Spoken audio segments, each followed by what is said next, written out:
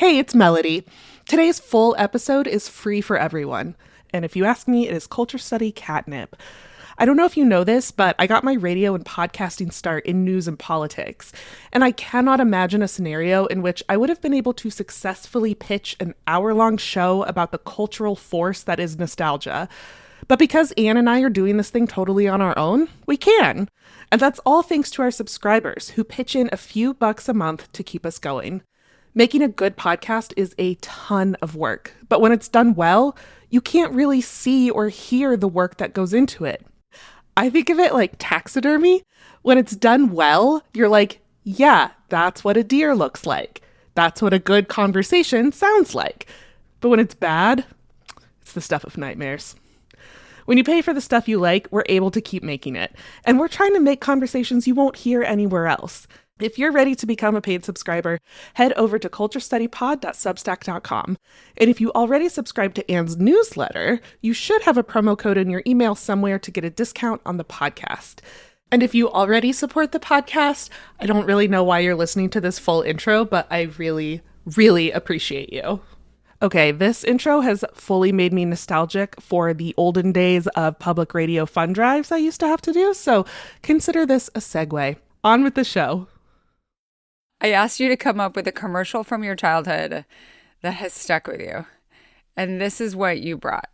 Little cinnamon gum freshens breath longer than Big Red. So kiss a little longer, stay close a little longer, hold tight a little longer, longer with Big Red. That Big Red freshness. This is so evocative to me. Like, I know exactly this. Why were gum commercials? We should say this is a commercial for Big Red. For good gun, which I don't think you could even buy anymore. With Big Red. Yeah, I don't know. I haven't been on the lookout for Big Red. I had to stop chewing Big Red when I was a kid. I chewed too much and couldn't taste anything for a little while. As a teenager, I was like so enticed by this Big Red jingle. I was like, well, I gotta do it. So you burned your mouth basically on Big Red cinnamon gum? Yeah. It was on a school trip. I had a big pack of Big Red and just kept chewing it.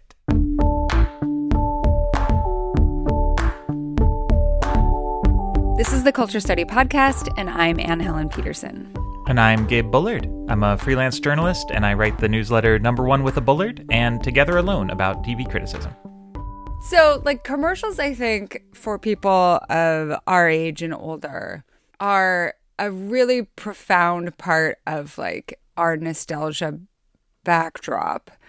And the one that Melody, did you send him the one that I picked? Yes. Okay. Can we watch that one? Yeah, let me grab it. What's for lunch? It's Hungry Hungry Hippos! Hungry Hungry Hippos! Hungry Hungry Hippos! We love to feed our case. We're Hungry Hungry Hippos! It's Hungry Hungry Hippos! First to gobble up the most all these, like, cherubic white kids playing Hungry Hungry Hippos, which is just a game where you, like, mash on a button and try to get these white marbles that are so light, like they would always get lost so easily. We had Hungry Hippos, which is part of the reason, maybe because of this commercial, but that particular iteration of the jingle. What's the real song? Do you know what it is? I'm trying to remember. I don't know, but I do remember there was a gummy candy, I think, called Amazing Fruit. It's Amazing Fruit. Yes, yeah, that used the same. It's Amazing Fruit, yes. I sing it all the time. I sing it to my dogs, and so I do it to Amazing Fruit and also to Hungry Hungry Hippos. You know, we couldn't watch television without watching commercials. And, you know, they were trying to put commercials for kids, wedge those commercials into the times when we were most likely to be watching television. And there weren't that many commercials for kids, so you'd get a lot of repetition. So if you were watching Nickelodeon or Saturday morning cartoons, you would see these commercials again and again and again. All the time, yeah. And they would play, it seemed like commercials lasted for years and years. Like that Big Red jingle, I was looking into it. I think that started in 1979 and ran through the 90s. There's all these different versions of it. I remember one where a horse was singing it in the ad or sang part of it, and it is so lodged in my memory at this point versus I can't even think of a new commercial jingle beyond the Ozempic one from a few years ago. Like the only ads I see now are like pharmaceutical ads on streaming services. I hear some on the radio. Yeah. In part because like it's such, a audio format that you are, in order to like get the name of the place in your head, they use a jingle to like imprint it that way. But I think like we have that so seldom now with television ads, or even the idea that like you would have a jingle that would endure for 10 years the way that some of these did, right? Yeah. Hey, one thing I was thinking even, I think most of the phone numbers I can still recall now probably came from TV jingles. Yes. When I moved, I got a new phone number. I don't know with certainty the phone number that I have now, but I can tell you the phone number of the windshield repair service that advertised on local TV when I was a kid. Like I know that number, but my own cell number I have to like pause for a second when I tell people now. Okay, so we're gonna back up a little bit here, and from talking about commercials and like our nostalgia, like it's one of those things. I feel like if you're at a dinner party and someone brings up a particularly evocative commercial, and you have a lot of other people who were also raised in places where they were playing that commercial, and then you can just like spitball and everyone's like, oh, you remember this one? Like, oh, let's watch that one on YouTube. And it becomes this whole like conversation driver. You're talking about commercials. Like, this is so weird that you're talking about the attempts by large conglomerates to sell us like cheap plastic hippo games. But I do think that it creates a sense of connection. And this is our way into talking about nostalgia, and particularly generational nostalgia, how it shifts between generations, how generations try to claim different memories as something that is specifically theirs. All of those things. That's what we're talking about today. So I think I'd like to start to see if you can define nostalgia for us. Well, I'll try, actually. It's one. I know, right? Yeah. It's one of those things. It's like I know it when I see it, but like, what is it, right? Yeah, because it's really evolved over the years. There's the idea of it was originally homesickness and, identified in Swiss mercenaries hundreds of years ago. But when I think about nostalgia, I think of this sort of modern feeling, this longing for the past and sort of warm feelings for the past. And through the research that I've read, I think nostalgia is an emotion. It's a core emotion of being human. It's something that studies indicate rises when we're not totally happy with how things are going in the present. We might be feeling a little bit down, and we look to the past in a warm way. And it's a little different than a straight ahead memory because we have kind of a different effect. We get some of the good brain chemicals whenever we go on a little bit of a nostalgia trip, and it helps give us a bit of grounding, a bit of sense of who we are, adds a little bit of meaning to the present. I think the example that a lot of people use is it's very sad when a loved one passes away, but there's that point of thinking, well, I'm sad that this person is gone, but I'm glad to have known them. And I'm glad I had that experience. And that experience has shaped me in this way. And that person has shaped me in this way. And it sort of gives you that bit of meaning and that bit of a boost afterward of thinking, nostalgia gives you that bit of a boost of thinking, okay, I've made it this far. Here's how I got here. I can keep going, that sort of thing. So like, I think if you're unhappy with the present, it can be a really good way of pointing out that you're able to keep going. And that to me falls under the umbrella of like mental coping nostalgia, right? Like the coping mechanism, positive nostalgia. And then I think that it can also be wielded in really damaging ways.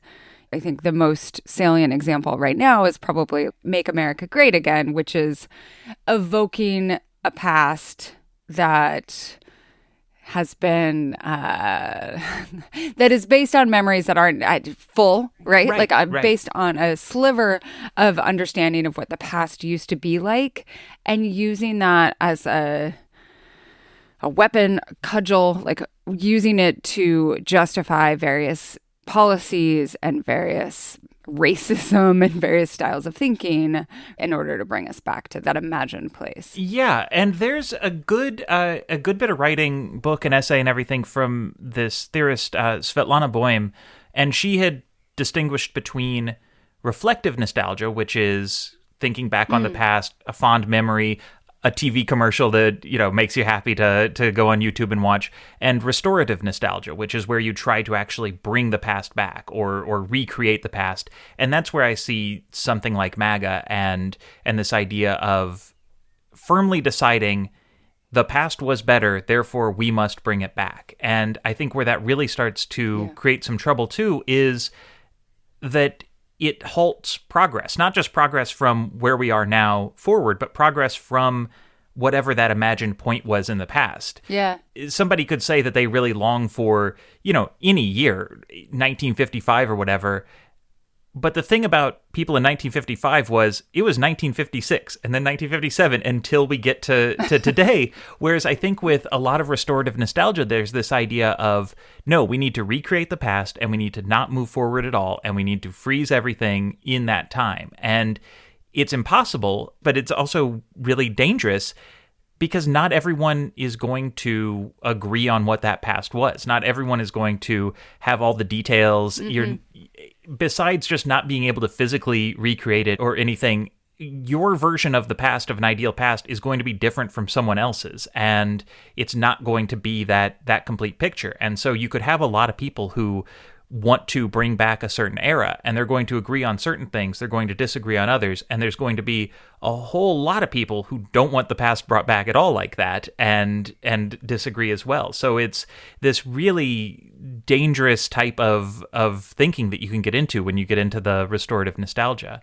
Where I do think there could be some positives, the writer Mark Fisher had theorized, I think he used the term hauntology for this, which is this idea of bring back elements from the past, not so much to live in the past, but to almost get a do-over. Like, take the road not taken. If you're not happy with where we are right now, think back to a point where maybe things were a little bit better, and what were the steps that could be taken differently. And I think that's an intriguing idea as well.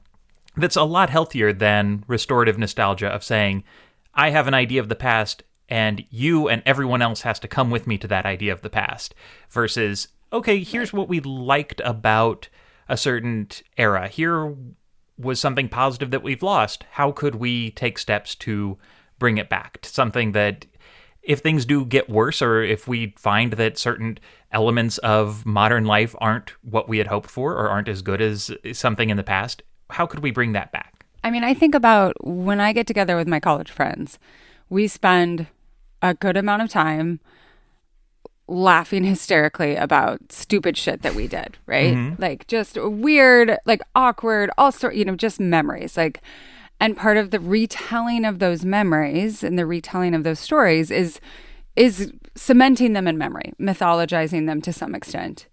The important thing, I think, is that we can't let our gatherings exclusively be that. Otherwise, you make no new memories to mythologize. Right. The reminiscence of the old times can be really helpful in a lot of ways, because nostalgia isn't just remembering the past, it's rewriting the past for yourself, rewriting it and sort of turning even what might have been a negative experience into a positive. It ended up making me stronger. I wasn't happy then, but I got through it. Here's how I did it. I'm stronger. I'm more resilient because of that. But I think that recognizing when you're doing it and recognizing that that's happening is really the key to breaking out of it, because I think it is so easy to just fall into, and it's easier now than ever before, I think, to fall into this sort of nostalgic reverie and completely lose sight of the need to do something new, the need to create those new memories. I like just as much as the next person going onto YouTube and looking at old ads or watching an old show or something like that. But you could spend all your time doing it and just end up rejecting all modernity, basically rejecting anything that exists anymore, and live completely in that world. And at that point, it just becomes isolating. What is and should be a really nice social force of, bringing people together to talk about a shared experience becomes just kind of sitting alone in your room watching, Big Red commercials on YouTube or something, which isn't going to help make new memories, isn't going to be something that, in 20 years you'll sit down with somebody and say like, oh, remember when I texted you after I watched a bunch of gum commercials? So you write really wonderfully about nostalgia in your newsletter. And I'm curious if there is a topic that you received a lot of reader feedback on that you're like, wow, I didn't realize people were so nostalgic about this. Oh, gosh. I think the one thing that really has touched a nerve has been this idea of, particularly, what do you do if you recognize that things weren't great in the past, but you like something from the past? Or if you even make, this assessment and decide, okay, maybe things were actually better in this regard. And where I've written about it before has been with movies in particular, that, we're going now from a really digital, heavy, virtual world, and for millennials and older, we're looking from a modern world into a more physical, tactile world, like from a place where almost everything's created digitally to a place where things were done in this older way. And so there's this huge gap in material quality that you see in movies.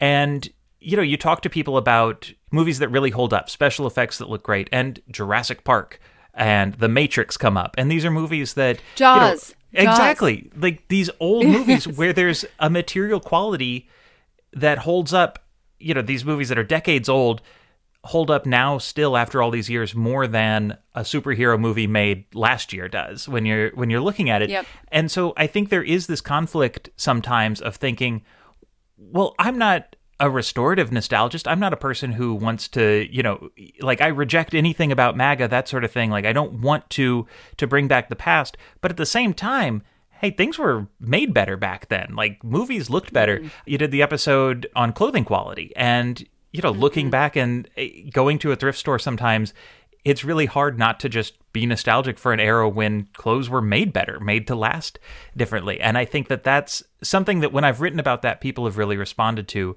because I think it's a conflict that other generations haven't necessarily had to deal with in quite the same way. And it's something that I think feels really pressing, because not only are things made differently, but when it comes to arts and culture, they just hold a different place in society now. In a streaming era, culture just feels different. It doesn't quite hit in the same way. It doesn't quite look the same way. We experience it so differently that being nostalgic isn't necessarily just being nostalgic for a particular movie or a particular show or a particular song. It's for the place that held in the culture that we lived in at the time, and the way that everything existed around it, that is really hard to reckon with sometimes.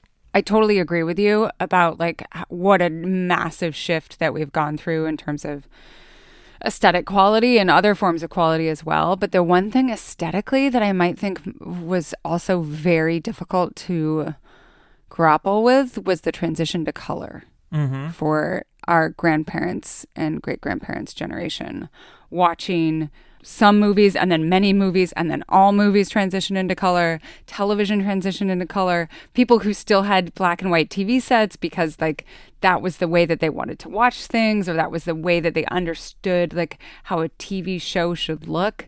And I think that probably, like, I would love to read a study of how people articulated their feelings about that transition to color at that time, because it was celebrated, right? And like you can read the trade press about like the marvels of Technicolor, but I also think that there were people who were like, this looks like shit. Yeah. Same way that I look at digital stuff and I'm like, this looks like shit. Give me a very traditionally filmed on film. Oh, movie. totally. Yeah, and I think with sound coming to movies too, the whole idea of there's always, I think, going to be a level of discomfort with change, and I think where I am really interested in that conundrum is, how do you even know if you're being as objective as you might want to be when you're making an assessment like this? Like, if I look at a movie right now, like with a lot of digital effects and everything, I might think like, gosh, this looks terrible. I missed the way that, that a movie had been made before. But then at the same time, it's like, okay, but how much of this is just, I was used to one thing. Yeah, like I was used to black and white. Now I'm not used to color. Like, and so I think that's probably is behind what is really setting off a lot of the discussion around it when I write about it, is that question of people sort of saying, I don't know, for the life of me, I really can't find that this is as solid, as well made as the things that I remember, the movies that I watched, 20, 30 years ago. I think where the other element is to not necessarily make that a judgment of overall taste and quality. Like, movies may look bad. Music, I don't think sounds worse now, but it does hold a different place in culture in the streaming era and everything. It's not that it's worse made. Like, people didn't get worse at writing movies necessarily or worse at making music. It's just that so I think it's important to not take that sort of, the construction idea or the presentation idea or the sort of cultural place idea and use that as well, people just don't know how to, be creative anymore or something like that. And I think that's the other the other element that gets so tricky is kind of thinking, like, oh, well, I could say that movies don't look as good now, but I'm not trying to say that I want to live in, the year 1995 or anything like that. Because there was also a lot of really bad stuff then, too. And I think that's the other issue that we grapple with so much is, for a large part, or at least in our own minds, our view of the past is kind of a highlight reel. Like, we're seeing the best of it. When I was a kid, at least, I loved late night television. And you can watch some great clips of late night television. But at the same time, there were multiple late night shows every single day. Like, the clips that we remember, the really like amazing interviews and excellent moments and everything, are such a tiny fraction of what we see, of the hours and hours and hours of just kind of somebody juggling or a comedian who's just terrible. Like, there was a lot that wasn't great, and what we retain is the best of it. And I think it's always important to kind of keep that in context of like, well, the things that last are the things that last because they're really good or they're really meaningful to us. And as much as I might like a certain era of filmmaking, there's a lot that I could look back on that was made in those times and think like, oh, this is terrible. I would never want to watch this. I wouldn't want to. Oh my God. I mean, like world. The 1930s, like the peak 1930s was peak of like the classic Hollywood period, like so many amazing films coming out of it, like 1939, arguably the apex. Also, so much shit, like unbelievable amounts of shit, like derivative B-movie, unwatchable dreck. Most of which is also not even available to watch now because it never made the like arduous transition into being available on DVD. So that's a great point. Melody's yelling at me. I can feel it. She's not actually yelling at me, but she's like vibing me. She's like, you've been talking about nostalgia as a concept for half an hour and you have not gotten to a single listener question. So we're going to start and just continue this conversation. So this first one is from Megan. Does each generation experience a wave of generational nostalgia, perhaps when they stop being the dominant generation and much of pop culture? Or is there something unique to this moment in time or unique to the millennial generation? All right. So I know from reading you and also from reading others that this is not a contemporary phenomenon. Where have you seen and read about, and where have historians situated moments of deep nostalgia for other eras?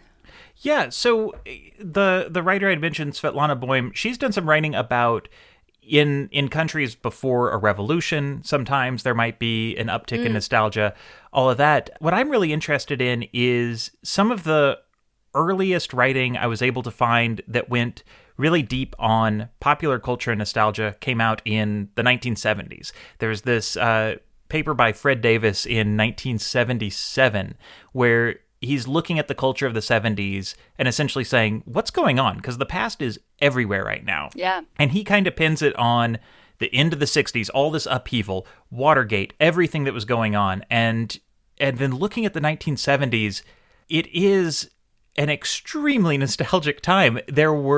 He writes a bit about the revival movie houses that were playing, Bogart movies and W.C. Fields and Laurel and Hardy, but Happy Days was on TV in the 70s. There was Grease, there was American Graffiti. All these movies, even that go back into the 30s, Chinatown and Paper Moon and Bound for Glory and Dillinger and Day of the Locust, Great Gatsby, The Sting, one of the most popular movies made, a movie that that helped bring ragtime back. Scott Joplin had a number 3 hit. Popularized ragtime. and even looking at music in the 70s beyond the ragtime revival, which is wild. You know, one of the few EGOTs is Marvin Hamlish, who did the score for The Sting, and he did a lot of work. He wasn't solely working in old forms, but he had the hit with The Entertainer, a song that had been on, you know, Wax Cylinder before, maybe on Wax Cylinder. I think Sheet Music, surely, you know, is number 3 on the charts. But also, you know, mainstream rock music at the time really picked up this nostalgic wave of incorporating a lot of kind of old-timey country into rock music at the time, where rock kind of split off in the 60s and soul went in one direction and funk went in one direction, but a whole lot of artists went into more country-influenced music. I mean, the biggest band, maybe the biggest American band ever, is the Eagles, who, you know, lifted a lot of those sort of like country sounds. Right.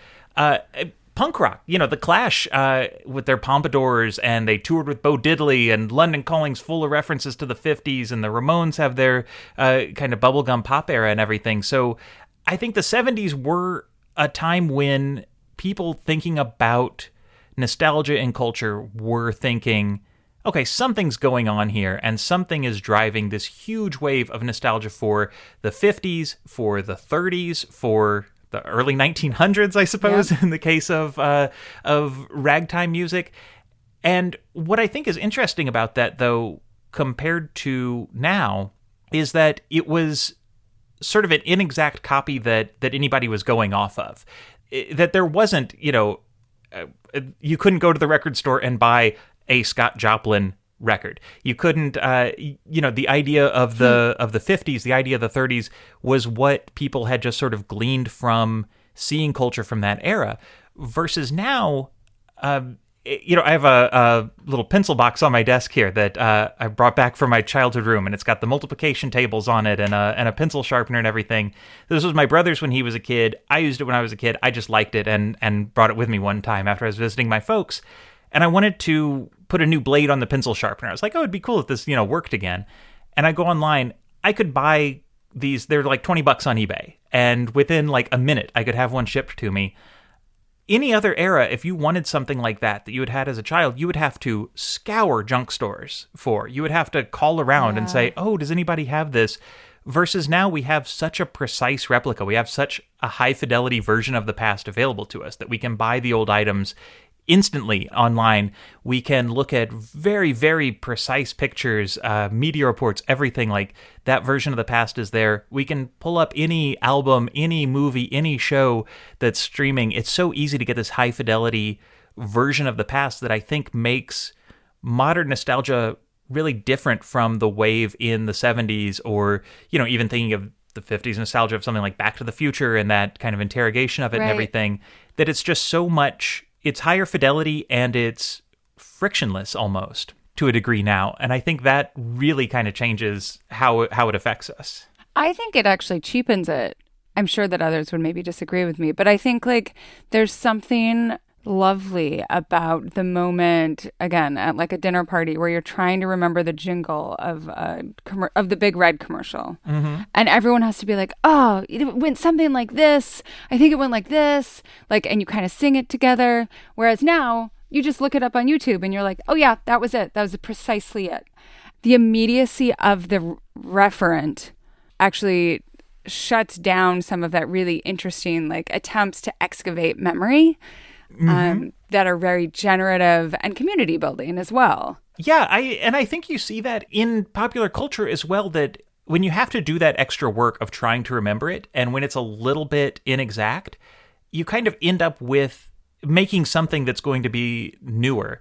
I'm thinking of movies, you know, movies from the 90s that maybe referenced movies of the 70s, and it's like, oh, this shot calls to mind this other movie, this shot calls to mind this other movie.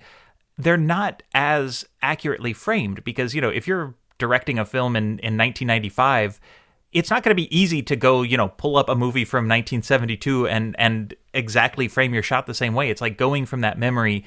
And I think that's one thing that kind of helps keep nostalgia as a positive force is thinking through, you know, oh, I like the way that this looked. I like the way that this sounded. So if I want to make something or if I want to hear something new, I'm going to go for something that reminds me of it, and you don't have that ability to do that exact comparison. One thing I was thinking of is, I remember when I was a kid and the White Stripes were making a new album, and it was all over the news about how they decided just to use analog recording equipment because they wanted to get a certain old sound. And that was written about in every review.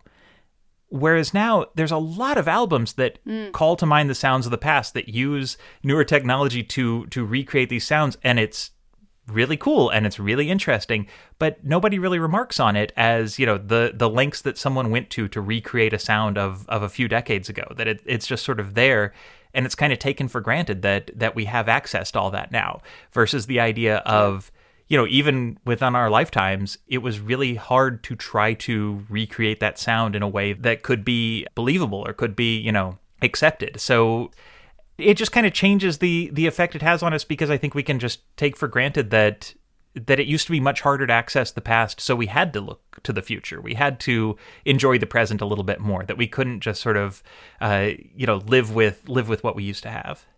So the second part of the question we didn't really get to, which is there something to do with what happens when a generation is no longer the quote unquote dominant generation? But I think we'll be able to address this a little bit in the answer to the second question. So this is from Carrie. Are millennials the most nostalgic? Why have I felt so drawn to letterpress note cards with the Pyrex pattern of my childhood, the American Girl dolls and magazines boxed up at my parents' house, and favorite books from childhood that I want to read with my own kid? How are millennials in particular dealing with favorites that didn't age well? Looking at you, Richard Scarry's Busy, Busy World book, that holds such a dear place in our memories. So I think millennials are very nostalgic. I think that we are nostalgic right now because of what the previous listener noted, which is that we are no longer at the vanguard of culture making. Mm-hmm. Right? Like we're moving out of that position. And so some of the way that you deal with that, I don't know if it's exactly grief, that reality, which is just getting older, is, I think, sometimes returning to the things that made you feel young. Definitely. And I think there's some pretty good science that helps explain some of this. So if we think of nostalgia as something that kind of rises when we're not totally happy with the present, or when the present is a little bit uncertain, well, there's internal and external factors to that. External could be the state of the world, politics, just not being happy with what you see on the news and worrying, that the world's just kind of all falling apart. But the other is that personal feeling of your place in the world. And yeah, when you're not necessarily at the vanguard of culture, but also when you are just getting older and going through some major life changes. You're buying a house for the first time, you're having kids, or, even later in life, your kids are going off to college. Like, all these changes that are happening cause this bit of kind of reflection and a reminder of you're not young anymore, or your place in the world is changing, or your personal responsibilities are changing. And you start looking back at the past, and your memories are strongest. They call it the reminiscence bump of that era, sort of coming out of childhood into teendom, 20s, young adulthood. Like, we have such strong memories that are formed then. And so when you get a little bit older, you're naturally going to become nostalgic because your place in the world is changing, and you're going to look back to the era where you have the strongest memories. And that also happens to be an era when maybe you were feeling pretty good because you were young. You were, life was totally different. You had different possibilities ahead of you. It's not that everybody had, a perfect childhood or youth or anything like that. But I think that we just start looking back to where our memories are strongest at these times when we go through these major changes. And millennials are definitely in it right now. I would also say that older millennials and younger Gen X are also at the age where their kids are that age of memory making bump.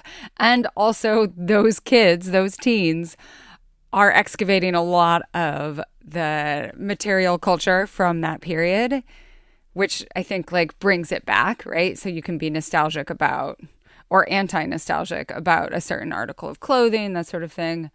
And then the other thing I would say about millennials, and I think about this constantly, is that we and younger Gen X have memories. Our lives are very divided between this time when like the way that the world worked was significantly different than the way that the world works now. And I mean that in terms of communication. I mean it in terms of how we like documented things and how people went to work, did their work. Digitalization has changed so much. And like the fact that I did not have a cell phone in college is wild. I developed so many different habits. I understood the way that you make friends, like the way that you spend your time when you're waiting in line at the grocery store. Like all of those things were firmly imprinted until I was a young adult. And then I went through this massive change. And so there is a huge section of my life in that like primary memory making moment where my reality was profoundly different than it is now. And we are by no means the first generation to have this happen. All of modernity, like just fucking people up like in the late 1800s and early 1900s. And then like what wars do to people, like all those sorts of things. Like this is not new, but I do think that is amplifying a sense of nostalgia that would also just happen if we were like any generation and just reaching this age. I think that's a great point. And I think it's a bit reductive sometimes to think like, oh, my phone is the source of all my problems because my phone is the thing that bothers me all the time when people need to reach me and I'm trying to relax. It's the thing that just brings, trolls and bad news and everything to me. And, oh, there was a time when this thing didn't exist. Like, it's so easy to just think of a time before that. And I think living with the memory of that makes it seem almost reachable again to a large degree, which is really interesting and kind of brings me back to that idea of hauntology, even of like, what would we do? I think about this a lot with myself because, I don't have the power to enact, global change of how we use technology or anything like that. And unless everybody subscribes to the newsletter, and I could sway them that way. No, but I think of it if I got my first smartphone today, what would I do differently? And how would I use it differently? I don't know. It's a fun little thought experiment, but it's one of those things of like, would I do anything differently? And what would I be missing out on? Because pretty much everything I do centers around this digitization. But yeah, I think it is such I don't know how we fully wrap our heads around the way that life has changed and the way that basically every single task is now done differently than it used to be. Yeah. Nostalgia is how we wrap our heads around it, right? Like that's the simple answer is we're like, oh, I can't really like grapple with this reality. So I'm going to think instead about how different things used to be and how I appreciate parts of that. Well, and then there's also the parts that we forget to appreciate. So this next question grapples with that a little bit. This comes from Tom. Is there some bizarro form of nostalgia where people need to oversell the challenges of years past? The way my parents talk about the 73 gas crisis, you'd swear it lasted the whole decade. I feel like I'm even beginning to see this a little bit with how people talk about the early COVID lockdowns. Do we just feel a need to remember the trials of our past in the same overstated fashion we do our fond memories? Am I going to be lying to kids about how downloading off LimeWire was a capital offense? I love this question. And it reminds me of how my dad grew up in Minnesota. And when he would talk about whenever we would complain about, I don't know, walking to the bus stop, he's like, I had to walk outside in the Minnesota snow, barefoot, uphill both ways. And he had dachshunds and they would bite his armpit hair. So he'd always say, with dachshunds hanging from my armpit hair, right? And this is his way of overstating just how arduous it was growing up in a working class household in Minnesota in the 1960s. And I don't know. I think we remember the past in melodrama, right? In shades of highest high and lowest low. And so it makes sense that the hard stuff felt very hard. The thing that I just always talk about, I'm so nostalgic about in terms of college is when we didn't know where someone was, at night, if you didn't know where your friend was,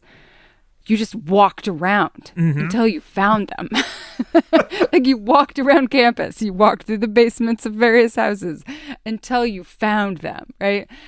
And that is true, but it wasn't in my mind, it's become this can you believe it? But I don't know if it was as arduous as we make it out to be. I think this goes into sort of that idea of nostalgia being a way of rewriting the story of the past to be a narrative that puts you where you are today. And I think that, yeah, we do want to maybe think of things as tougher than they were, because it makes us all the stronger for having been through it. Of, you know, like, Totally. I made it through this time. That means I'm tough and I'm great. You talking about what your dad's memories or descriptions. I always remember the thing my grandpa would say is he would describe how hard something was and say, and then the Depression came, which was always the idea of, you know, it's always harder. And yeah, like, there's always hard times to go through, of course. But I think that, yeah, that we do want to put ourselves in a position of being able to persevere through something that's really tough. I think it is good to recognize whenever that turns into a, oh, you don't know how good you have it sort of attitude, because the flip side of that is that it's really easy to not see how hard something is for somebody who's younger than you or going through a different experience. But yeah, I think that just it's part of nostalgia to look at the good experiences and make them better than they were, and the bad experiences make them harder than they were, which ends up telling yourself that you've made it through, that you're even stronger, that you can sort of do anything. So it kind of, you know, really pumps you up sometimes, which could be really beneficial. And that's like one of these joys of nostalgia when it's, you know, applied in a way that isn't going to be, you know, all encompassing, trying to remake the world or something, is this idea of it's something to think about and something to sometimes be proud of. And as long as, you don't tell people that it was some experience maybe that it wasn't necessary. I mean, we also made it through the threat of federal prosecution for using LimeWire and Napster in our dorm rooms. So there was like a commercial of the kids who got sued, wasn't there? I thought yes, like an Apple commercial. Yeah. I remember I definitely did have some fears that like federal agents would come in and like take the family computer, and it's like, this is all the evidence we have against Gabe Bullard. The giant, like, gateway desktop, just like hauling out a huge beige tower, full of really low quality MP3s of albums. Amazing. Okay, so last question is from Mary, and it's also about the way that we talk about nostalgia, just generally. What's with the emergence of the phrase core memory? What are its origins? Why am I seeing it everywhere now? And what might we have called the same concept 3 to 5 years ago, if it even had a name? Have we, as a society, ever been focused on creating specific types of memories before? I feel like this is a social media thing. And then I also think that it's a intensive parenting thing. By intensive parenting, I mean like the set of practices that are most familiar to bourgeois parents that involve like parenting, meaning a lot of parenting, like a lot of activities and supervisions and things like that create core memories, right? Mm-hmm. So a core memory could be like you feel like, oh, well, we haven't done anything like incredibly special with our kids that they are going to remember forever, and that will also somehow imprint that like I am a good parent. I think there's something to do with that too. Like I think there's a lot of parenting stuff going on. I don't know. What is your thoughts on this phenomenon? I think you're right. And I also think this is maybe like the concept of the multiverse, almost something that our understanding of it really comes from like sci-fi and movies. It's sort of like the what do they call them in the Spider-Verse movie? The canon events. But Inside Out had core memories. That was like the part of the plot. And I feel like maybe that's something too that is kind of shaping some of our understanding of that, is looking at what pop culture is telling us that is happening in our minds or is important to us, and kind of shaping that.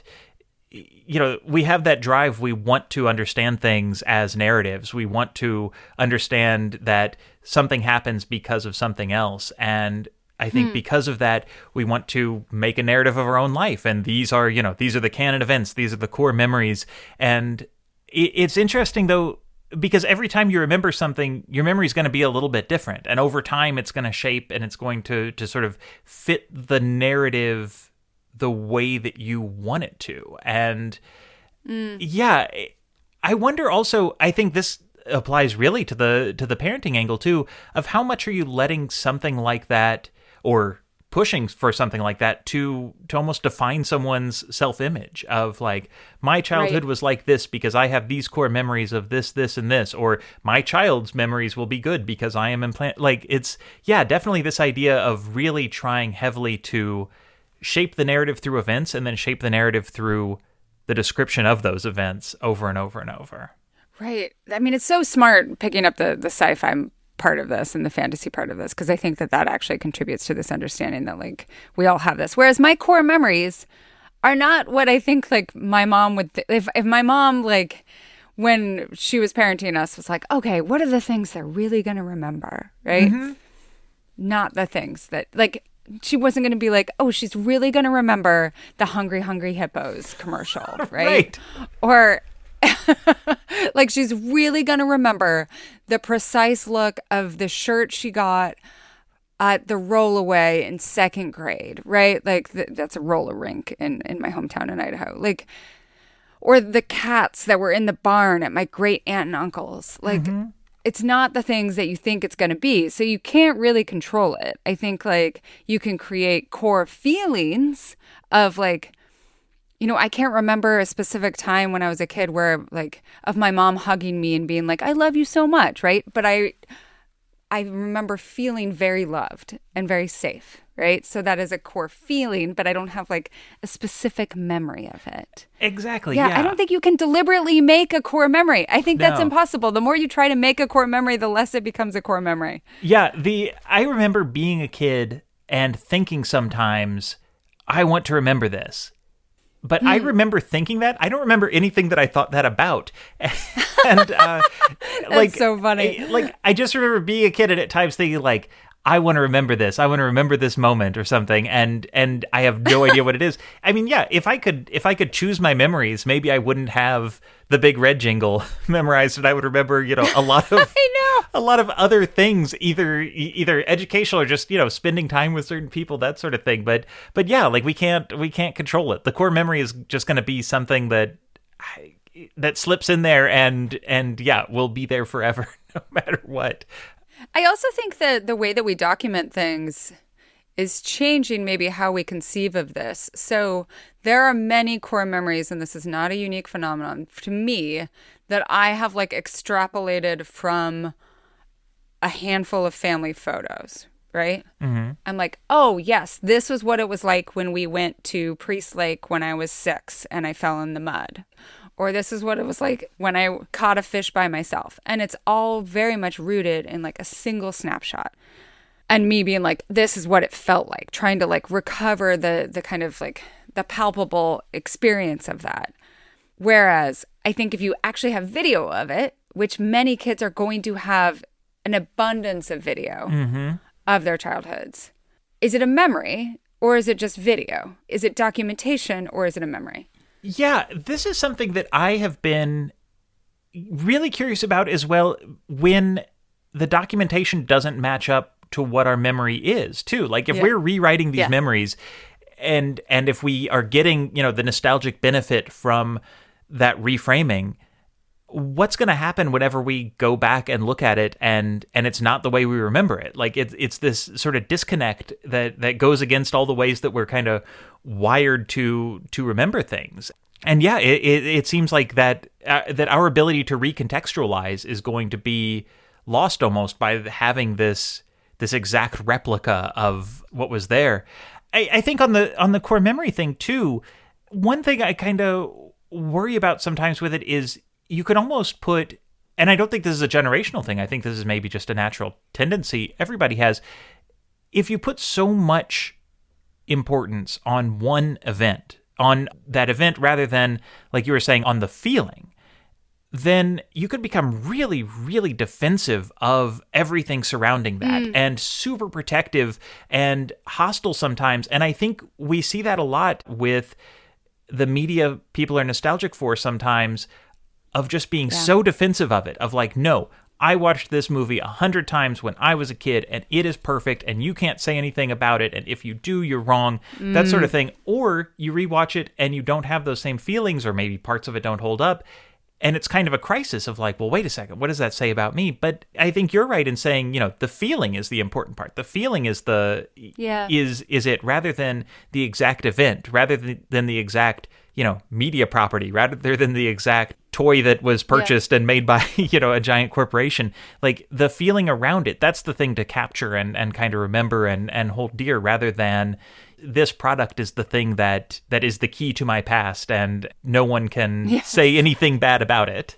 I have recently rewatched some Star Trek The Next Generation, which was a staple of my childhood. I would come home and it was in syndication. So it was on at 4 p.m. on ABC every single day. And it was my way of unwinding. Like I would have some bagel bites and I would watch Star Trek The Next Generation from 4 to 5 p.m.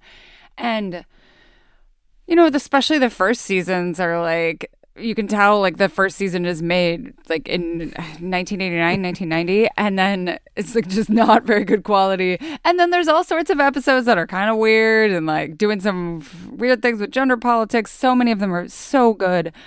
But, none of that changes the fact that this show felt like home to me. I put on that intro sequence and the rush of like release, it's like an exhale to me. Mm-hmm. And nothing, like there's part of me that doesn't even need to revisit more. Like I like having that feeling, but it stays so precious in my mind for that reason. That doesn't mean that I can't also realize all of these ways in which it is a flawed text. That doesn't change the feeling that would wash over me when I sat down at 4 p.m. Yeah, I think that's a great point because, it's like that idea of, you can get the benefits of the past without having to relive the entire past. You can just, your memory is such a powerful thing, or our memories are such a powerful thing that we can just think back to those times. And, that's what nostalgia is it's still the thought. And there are things that can induce it in us. There was one study I read about where people were shown pictures of the school supplies that were very popular when they were kids to induce nostalgia. So I think there are all sorts of things that can induce nostalgia, but our own brains are the ones that, that's what started it. Yes. And we hold those memories and we can kind of think back and just kind of have that moment and still recognize, that not everything was great about it.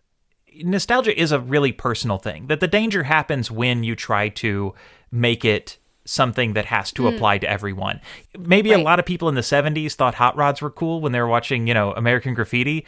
They're not all going to agree on like the Eisenhower administration's policies or something like that. And so it's like, keep your reverence for the car or something like that, or, enjoy it. It's yours. It's your memory. It's part of your life. You don't have to, force it on someone else or force the world to rebuild itself for it, because you just have it in your head. I think that's a great place for us to end. So, Gabe, if people want to find you on the internet, where can they find you? They can go to gabebullard.com, and links to the newsletter, the freelance writing I do, everything is there. Awesome. Thank you so much. This has been such a pleasure. Thank you. It's been great. Thanks for listening to the Culture Study Podcast. Be sure to subscribe wherever you get your podcasts, because we have so many great episodes in the works.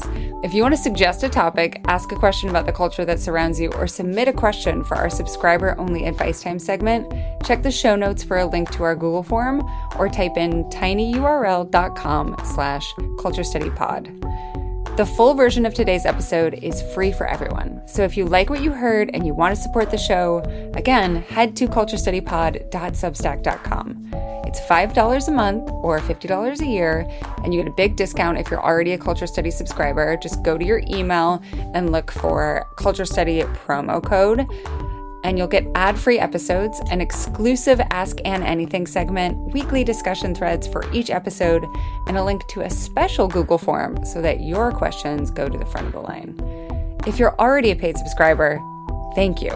The Culture Study Podcast is produced by me, Anne Helen Peterson, and Melody Rowell. Our music is by Poddington Bear, and you can find me on Instagram at Anne Helen Peterson, Melody at Melodious47, and the show at Culture Study Pod.